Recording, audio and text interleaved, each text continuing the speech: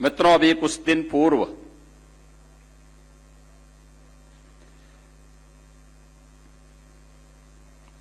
Japan की धरती में हमने संकल्प लिया था।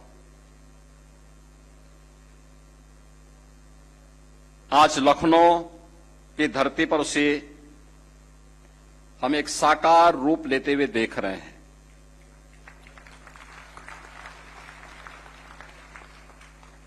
जापान में हुई हमारी बातचीत अब एक स्ट्रांग बिजनेस पार्टनर में बदल रही है। वो आज उत्तर प्रदेश में इन्वेस्टमेंट, इंडस्ट्री एंड एम्प्लॉयमेंट के नए अवसरों का आधार बन रहा है। यह जापान और भारत के बीच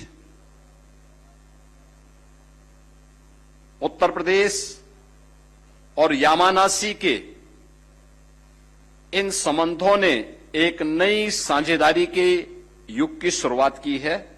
वर्ष 2047 भारत अपनी स्वतंत्रता की शताब्दी महोत्सव मनाएगा।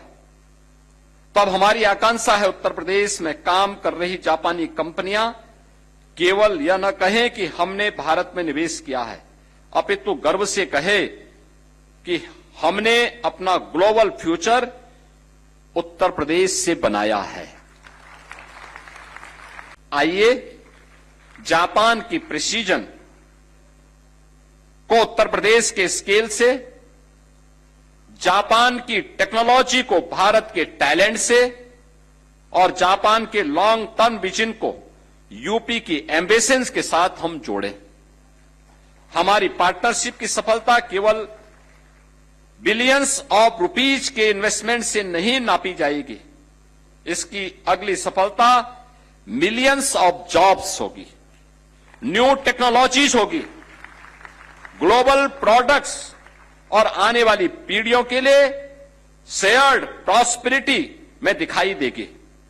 हमारा लक्ष्य है यूपी में बने प्रोडक्ट जापान सहित पूरी दुनिया के ग्लोबल मार्केट में अपनी पहचान बनाए।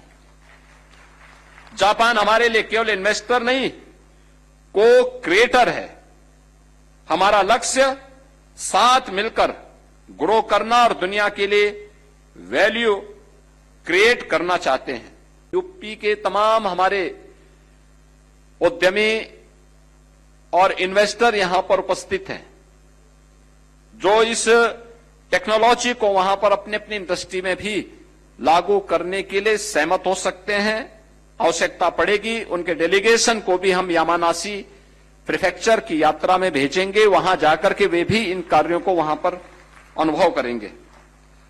साथ ही उद्योग जगत के साथ समन्वय कर एक उपयुक्त ऑफ टेकर की पहचान की जाएगी, ताकि यह पायलट परियोजना आगे बड़े स्तर पर विस्तार योग्य एक कॉमर्शियल मॉडल भी बन सके।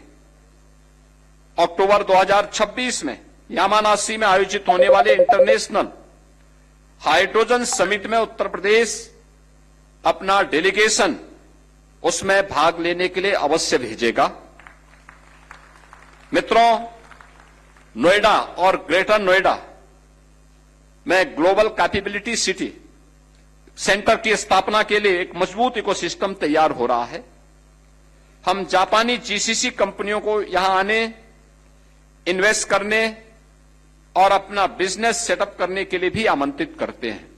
उत्तर प्रदेश भी आज अपने expressway, airports, high speed connectivity और मॉडर्न ट्रांसपोर्ट इंफ्रास्ट्रक्चर के माध्यम से इस सोच को आदरणीय प्रधानमंत्री श्री नरेंद्र मोदी जी के मार्गदर्शन में आगे बढ़ा रहा है।